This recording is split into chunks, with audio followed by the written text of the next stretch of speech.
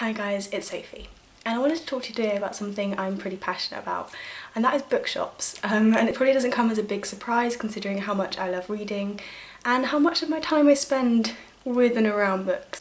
So I love the elements of bookstores. I love the fact that you get to go in and you get to immerse yourself in quite literally a building that's just books. That's an amazing feeling, and I don't want to think that one day we won't be able to do that anymore.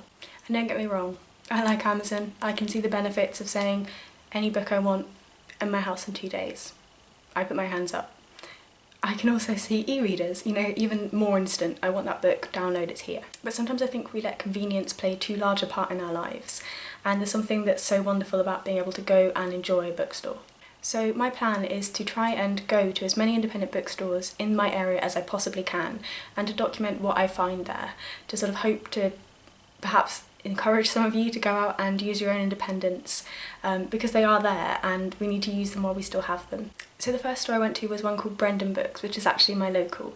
Now I've lived in and around Taunton for the majority of my life, and I have maybe been in there once, maybe twice. I'm bad. I mostly lived in Bath, that's where I spent a lot of time, and in Bristol, and I visited those independent bookstores a fair amount, but haven't made the transition back to my more local now that I am in Taunton again. So the owner was kind enough to let me film and have a look round, and I want to share some of that footage with you now.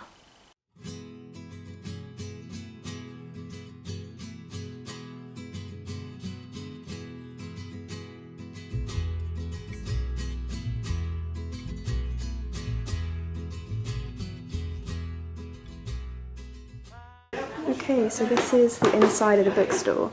It's absolutely lovely. They have a little cafe, and it's a mixture of used books and new books as well.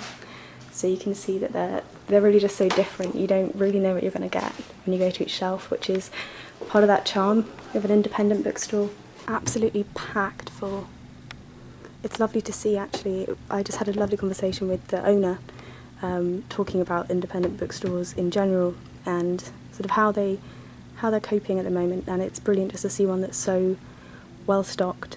Now I don't know about you, but I have such a soft spot for these kind of books.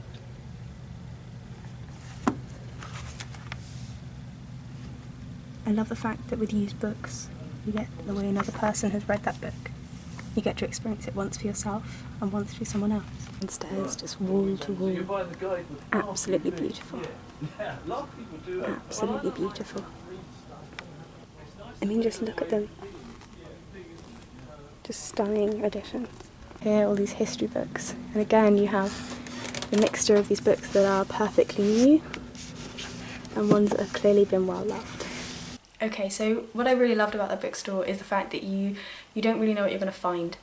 I think one of the things you lose out on when you buy things on Amazon, when you buy things online, is the fact that you can't really discover anything new.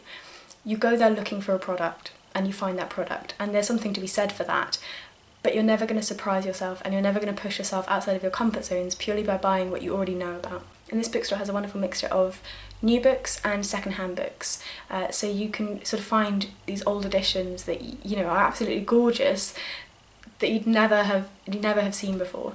They also had a collection of poetry pamphlets, which I thought was really lovely.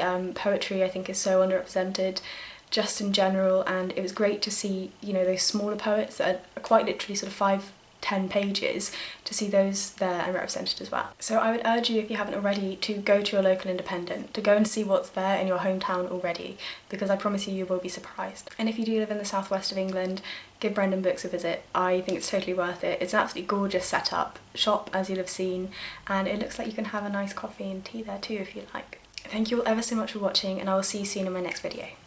Bye bye.